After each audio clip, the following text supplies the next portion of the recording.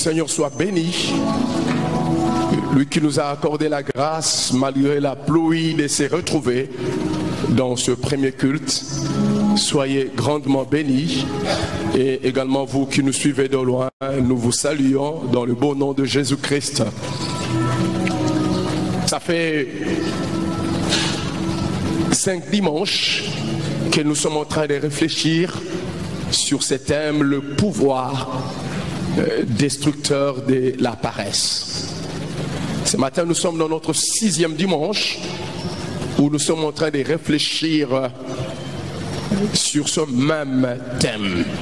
Alors je vous invite d'ouvrir la parole de Dieu dans les livres de Matthieu, le chapitre 25, à partir du verset 24. La parole de Dieu dit, c'est lui qui n'avait reçu qu'un talent, s'approchant ensuite et dit, Seigneur, je savais que tu es un homme dur, que tu moissonnes où tu n'as pas sémé et que tu amasses où tu n'as pas vanné. J'ai eu peur, je suis allé cacher ton talent dans la terre. Voici, prends ce qui est à toi. Son maître lui répondit, serviteur méchant et paresseux. Tu savais que je moissonne où je n'ai pas sémé et que j'amasse où je n'ai pas vanné. Il te fallait donc mettre mon argent au banquier et en mon retour j'aurais retiré ce qui est à moi avec intérêt. Ôtez-lui donc les talents et donnez-les à celui qui a les 10 talents. Car on donnera à celui qui a et il sera dans l'abondance, mais celui qui n'a pas, on ôtera même ce qu'il a. Alléluia. Le pouvoir destructeur de la paresse. Nous avons vu comment est-ce que la paresse arrive à détruire beaucoup de choses importantes dans nos vies. Nous en avons vu au moins 8. Ce matin, je voudrais vous présenter comment est-ce que Dieu arrive à qualifier tout celui qui vit dans la paresse. Comment Dieu qualifie le paresseux? Dans la portion d'écriture que nous venons de lire, nous voyons comment cet homme que Dieu avait donné des dons, des grâces, mais le pouvoir de la paresse l'a amené à enterrer ses grâces, à empêcher ses grâces de travailler, à empêcher les hommes de bénéficier de ces grâces, ces talents extraordinaires. Frères et sœurs, les talents, les grâces que Dieu nous a donnés, ça doit travailler. Ça doit travailler pour que nous-mêmes nous puissions en bénéficier. Ça doit travailler pour que l'humanité puisse en bénéficier. Ça doit travailler pour que le royaume de Dieu puisse en bénéficier. Il dit non maître, je savais que tu étais un maître méchant, un maître dur. Tu étais un maître dur, voilà pourquoi ce qui est à toi, je suis allé cacher cela, je suis allé enterrer cela. Le maître l'a regardé, il dit serviteur paresseux et méchant. Voilà la qualification, voilà comment les maîtres qualifient tout paresseux, ils les qualifient de méchants. Quelle déclaration, quelle qualification! Oh, je pensais que les méchants étaient tout simplement les voleurs. Je pensais que les méchants étaient tout simplement les criminels. Je pensais que les méchants étaient tout simplement ces hommes qui sont dans toutes sortes de combines. Mais ici, le maître, le Seigneur, il qualifie tout celui qui vit dans la paresse, il les qualifie de méchants. Il les qualifie d'un homme mauvais. Il les qualifie d'une personne qui détruit. Mais pourquoi le maître qualifie-t-il le paresseux paresseux de méchants. Pourquoi tout celui qui vit dans la paresse est compté du nombre de méchants?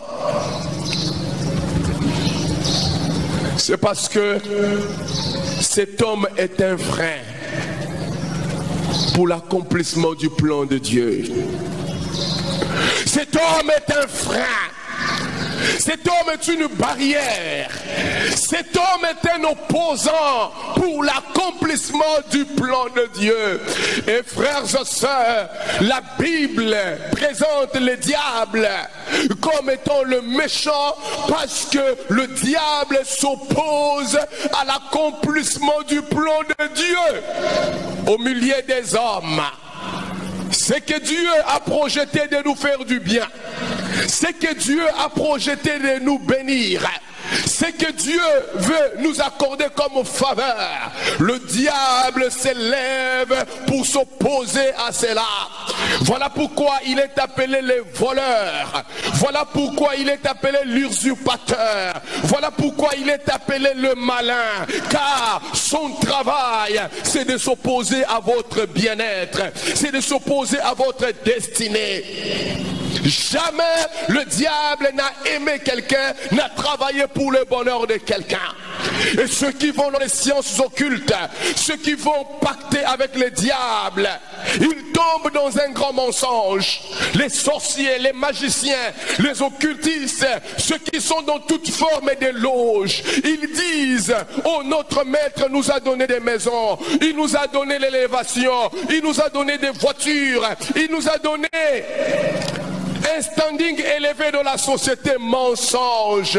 Jamais le diable n'a travaillé pour le bonheur de quelqu'un. Jamais le diable n'a travaillé pour le bien de quelqu'un. Le mot bien ne se trouve pas dans son vocabulaire. Le mot bonheur ne se trouve pas dans le vocabulaire du diable. Le mot bonheur, bien-être ne se trouve pas dans son dictionnaire. Car il est le destructeur par excellence. Et la parole de Dieu dit que le paresseux est un méchant. Il fait exactement le même travail que le diable. Dieu l'a forgé dans l'éternité. Dieu l'a créé. Et voilà, dans son parcours sur la terre, il a rencontré Christ. Dieu l'a recréé en Christ. Et en les recréant en Christ, il a béni de toutes sortes de bénédictions. Il a enfoui en lui des grâces, des faveurs, que l'humanité devait en bénéficier, que des générations devaient en bénéficier. Et voilà cet homme, à cause de la paresse, il dort. À cause de la paresse, il ne se met pas en activité, alors que les Écritures disent: le précieux trésor d'un homme, c'est l'activité. Le précieux trésor d'un homme, c'est le travail. Il dort, et il dort profondément. Pendant qu'il dort, pendant qu'il ne veut pas travailler, il y a le plan de Dieu. Dieu avait établi un plan pour visiter les hommes, pour bénir les hommes au travers de lui. Et cet homme est devenu une barrière. Cet homme est devenu un frein. En Israël, il y avait une tribu, la tribu d'Éphraïm. Cette tribu avait une spécialité. Ils savaient manier l'arc.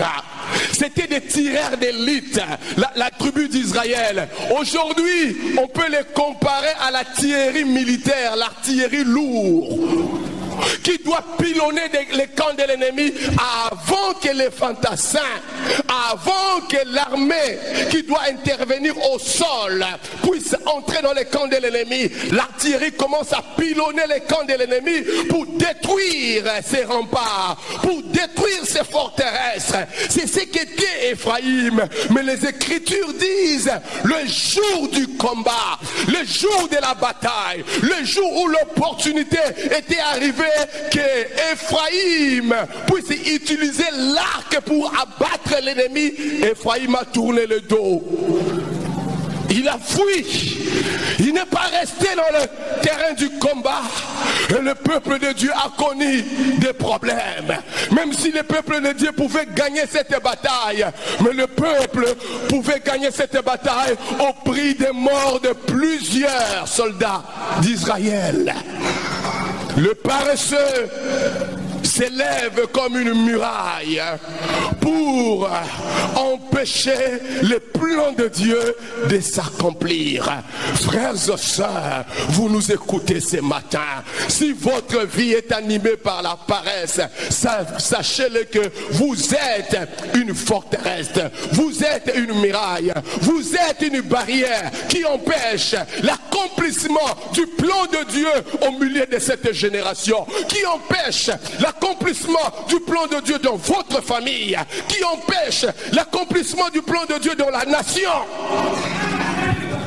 qui empêche l'accomplissement du plan de Dieu dans l'église. Le paresseux empêche l'accomplissement du plan de Dieu.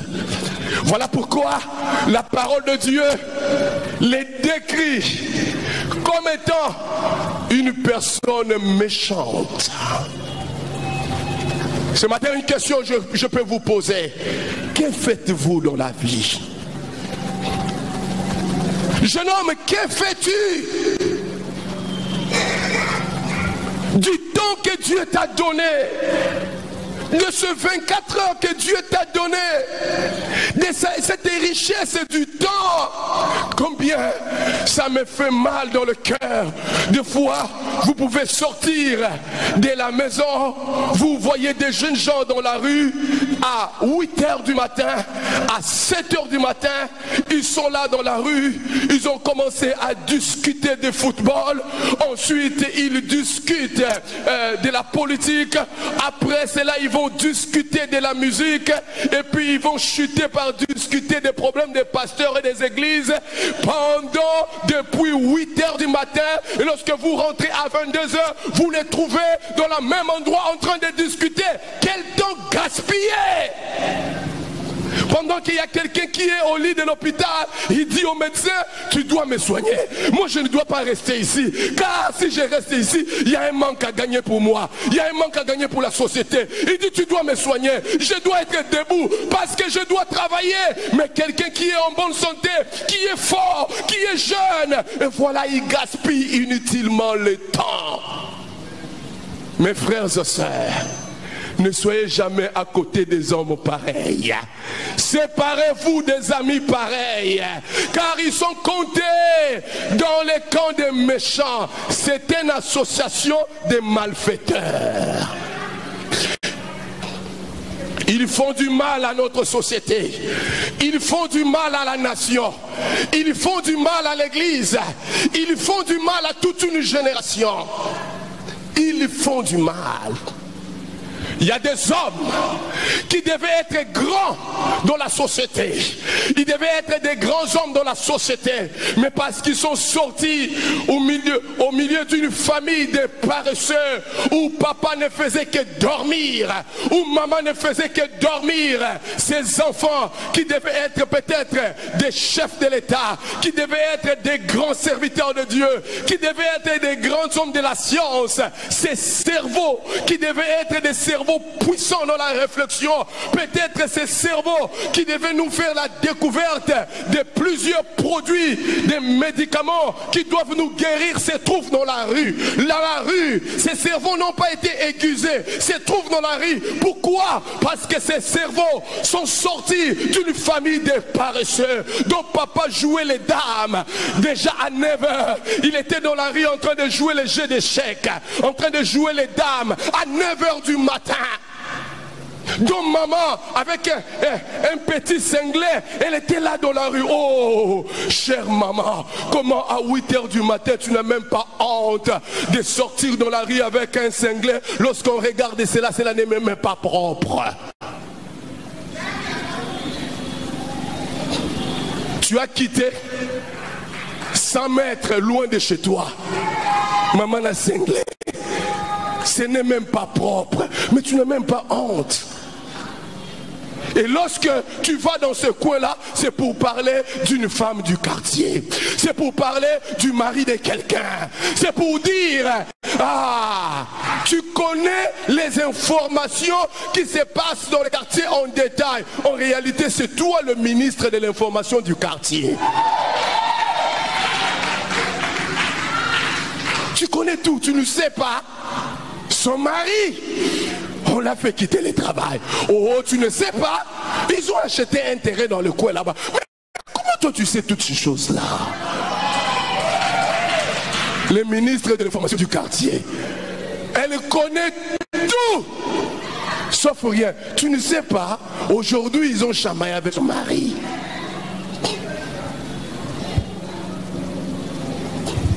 Pendant ce temps-là, il y a des mamans qui se lèvent le matin, tous les matins. Ils prennent les bassins, ils mettent dans la tête. Ils disent, je dois faire étudier mon fils. Mon fils doit devenir avocat. Mon fils doit devenir médecin. Mon fils ne peut pas être misérable.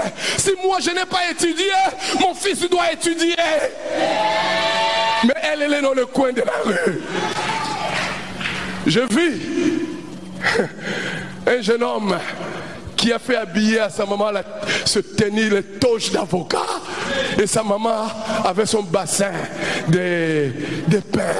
Il dit, c'est avec le pain que maman m'a fait étudier jusqu'à, oh mon Dieu, jusqu'à faire de moi un grand avocat. Il m'a fait étudier. Une maman paresseuse, une très mauvaise femme, une femme méchante, une femme avec laquelle vous ne devez jamais vous connecter avec elle. Même si elle est dans la même église que vous, même si elle est dans la même entité que vous, non, ne vous connectez pas avec une telle femme. Retirez-vous. Elle est une méchante. Elle va travailler pour détruire votre destinée. Elle va travailler pour vous ruiner. Ce n'est pas moi qui l'ai appelé méchant, c'est le maître lui-même. Le maître lui-même a dit que le paresseux était un méchant. C'est un méchant. Voilà pourquoi, voilà comment le maître l'a qualifié, un méchant. C'est quelqu'un qui vous fait souffrir, qui vous rend la vie difficile, qui vous complique la tâche. Pourquoi le maître les qualifie d'un méchant? Le maître les qualifie de méchants parce que le paresseux vous rend la tâche lourde. Il vous rend la tâche lourde. Avec les paresseux, tout devient lourde. Mes frères, notre destinée sous la terre, la vie chrétienne ressemble à une course de relais. C'est-à-dire, les premiers ont couru, ils sont arrivés à un point, ils doivent laisser aux autres de continuer la marche. C'est ça la vie chrétienne, c'est ça la société. Voilà pourquoi vous allez voir, il y a eu des gens qui nous ont précédés dans tous les domaines dans lesquels nous travaillons. Ils ont couru, ils ont travaillé et se sont arrêtés quelque part. C'est à nous maintenant de prendre les relais et de continuer. Mais les paresseux, alors que les autres courent, lui ne court pas. Il devait arriver à 100 km. Le paresseux est juste à 1 km. Et il donne toutes sortes d'explications. Vous voyez, je n'arrive pas à cause de la situation macroéconomique. Je n'arrive pas parce qu'il y a des liens dans ma famille. Je n'arrive pas parce que. Il a toutes sortes d'explications. Les autres qui sont dans le même environnement, dans les mêmes temps, dans les mêmes circonstances que lui, sont arrivés 100 km plus haut. Mais lui, il est encore là, à 1 km, en train de donner des explications. Maintenant, il doit te laisser de continuer là à 1 km. Quelle tâche difficile. Il vous donne du retard. C'est ainsi, si vous avez des paresseux dans la famille, ce sont une charge. Ils vous attirent vers les bas. Ils vous donnent du retard. Vous ne pouvez pas avancer.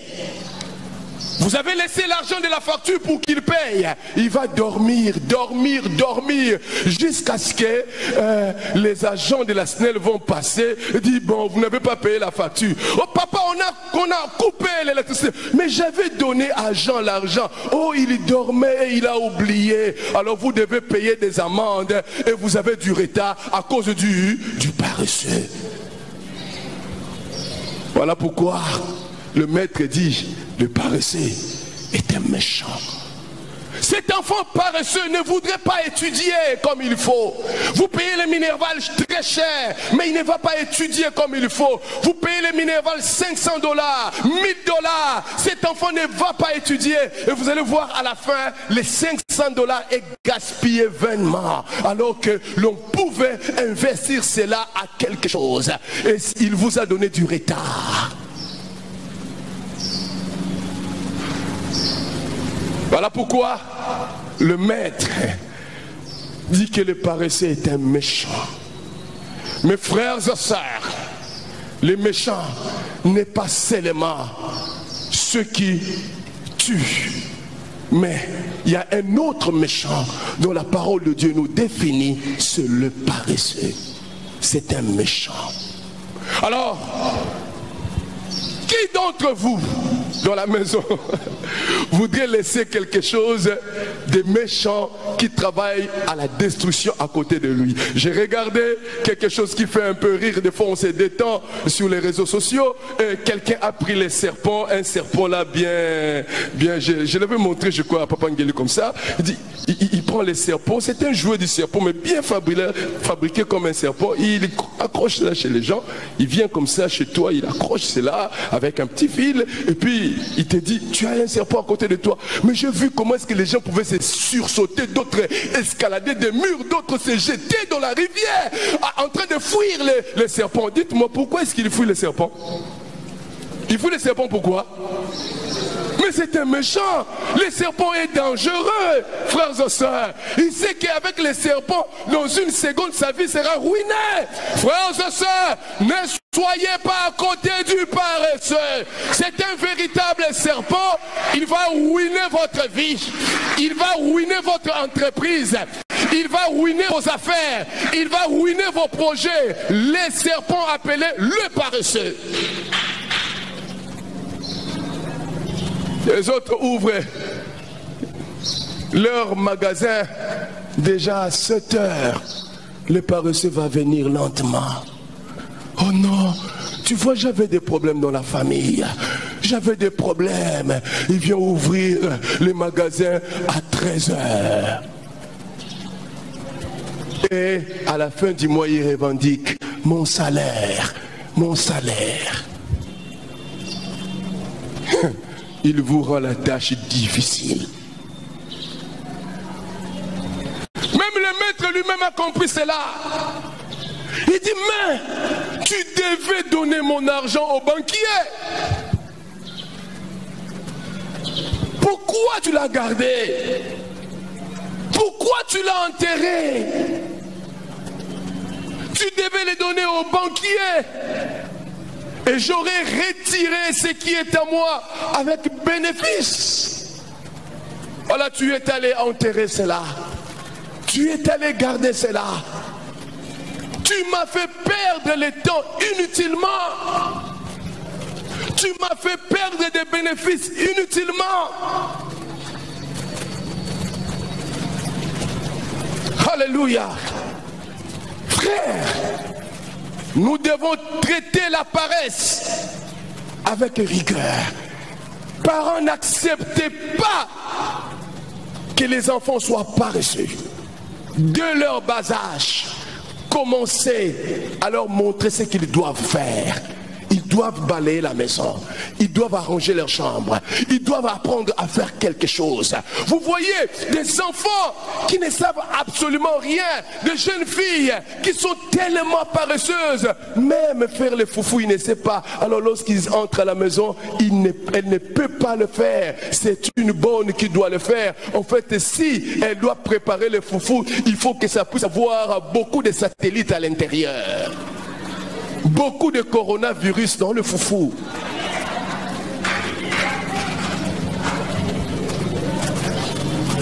mangez comme ça coronavirus à droite, vous mangez comme ça coronavirus à gauche, le foufou n'est pas pur.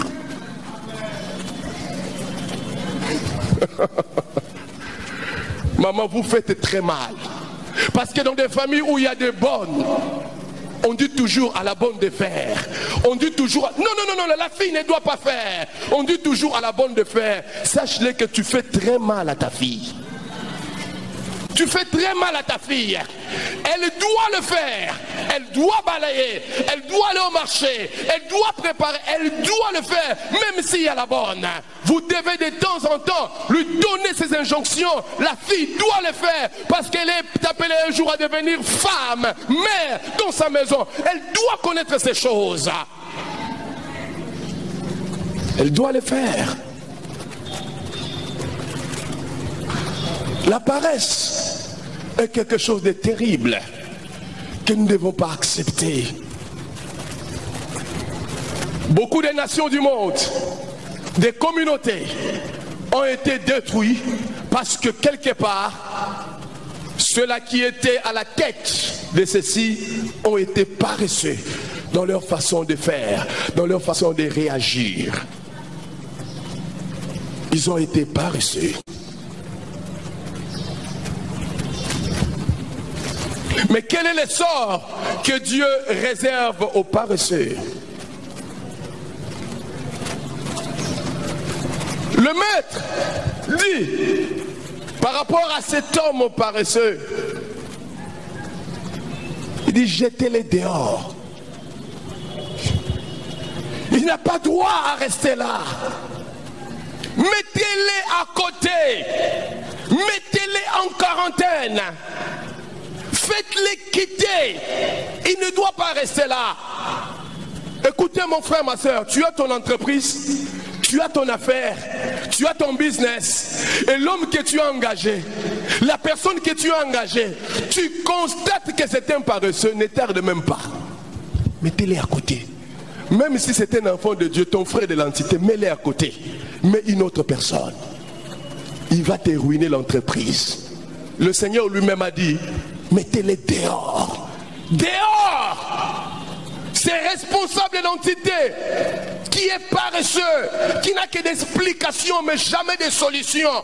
Lorsque vous avez une telle personne dans l'église, mettez-les à côté, qu'il quitte. Il n'est pas le leader qui doit diriger les autres. Mettez-les à côté. Mettez-les à côté. Ces dirigeants paresseux qui n'ont que des discours alors que le peuple ruine dans la pauvreté, dans la misère. Lorsqu'il y a des élections, mettez-les à côté, sanctionnez-les. Mettez-les à côté. Il ne doit plus diriger. Oui. Serviteur paresseux, on doit le mettre à côté. Que devient le paresseux? Il ne deviendra jamais ce que Dieu a prévu. C'est que Dieu a prévu que les paresseux, cet homme devienne. C'est que Dieu a prévu que cette femme devienne. C'est que Dieu a prévu que vous puissiez devenir. Vous ne le deviendrez jamais. Il ne le deviendra jamais. Il ne touchera jamais à ce que Dieu avait réservé pour lui. Il ne le touchera pas. Dieu a réservé pour lui des merveilles. Dieu a réservé pour lui des bonnes choses. Dieu a réservé pour lui des faveurs illimitées. Mais cet homme paresseux, il ne touchera jamais à ces choses. Parce qu'il est paresseux. Il ne les touchera jamais. Que devient le paresseux? Le paresseux sera dépouillé de toutes les grâces que Dieu lui avait données. Le maître a dit, dépouillez-les de ce qu'il a comme don, des dons que je lui ai donnés. Enlevez ces dons, enlevez ces grâces, enlevez ces bénédictions que je lui ai données et donnez-les à une autre personne qui sait le travailler. Oui, frères et sœurs, lorsque Dieu vous enlève ce qu'il vous avait donné, cela veut dire en réalité, il vous a maudit. Il vous a maudit. lorsque Dieu ôte les grâces qu'il vous avait données, en réalité, il vous a maudit. Vous ne pouvez plus réussir. Il vous a rendu errant. Il a fait que vous soyez inutile pour toujours. Pourquoi? Parce que vous avez choisi d'être une dame, un monsieur paresseux. Celui qui comprend ces vérités, il doit s'élever. Celui qui comprend ces vérités, il doit se mettre debout. Celui qui comprend ces vérités, il ne peut plus s'asseoir. Celui qui comprend ces vérités, il doit en lui-même s'encourager pour faire quelque chose. Celui qui comprend ces vérités, l'homme a été créé de le début. Alors qu'il était encore innocent, il a commencé son premier séjour dans le jardin. Un lieu que Dieu avait préparé pour travailler. Un lieu que Dieu avait préparé pour travailler. Le travail a existé avant la chute de l'homme. Le travail a existé avant le péché.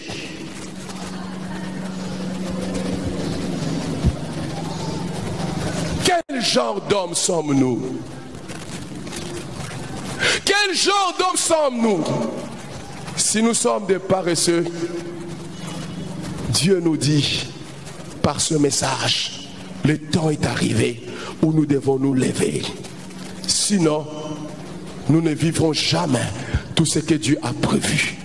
Sinon, il nous retirera tout ce qu'il avait préparé de nous donner. Sinon, nous allons devenir des errants. Bien-aimés, la paresse est tellement mauvaise que la paresse conduit même plusieurs à se retrouver en enfer et à amener plusieurs avec eux en enfer. Dieu a placé la grâce des témoignages de Christ en toi, mais à cause de ta paresse, tu dors. Il y a des multitudes d'hommes et de femmes dans le monde qui vont mourir dans le péché parce que toi, à cause de ta paresse, tu n'as pas fait ce travail. Tu n'as pas fait ce travail.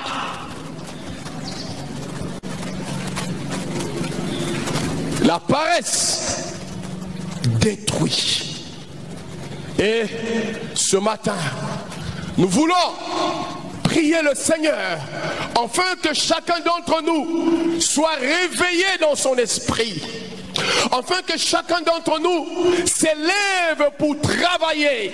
J'ai aimé ce qu'un dirigeant africain a dit. Je sais que beaucoup de Congolais n'aiment pas ces dirigeants, mais moi j'aime quand même sa façon d'administrer, sa façon de coordonner les choses dans son pays. Il a dit, nous devons travailler jusqu'à ce que ça fasse mal, parce que la pauvreté fait très mal. Ça, je l'aimais. Baissons notre tête dans la prière.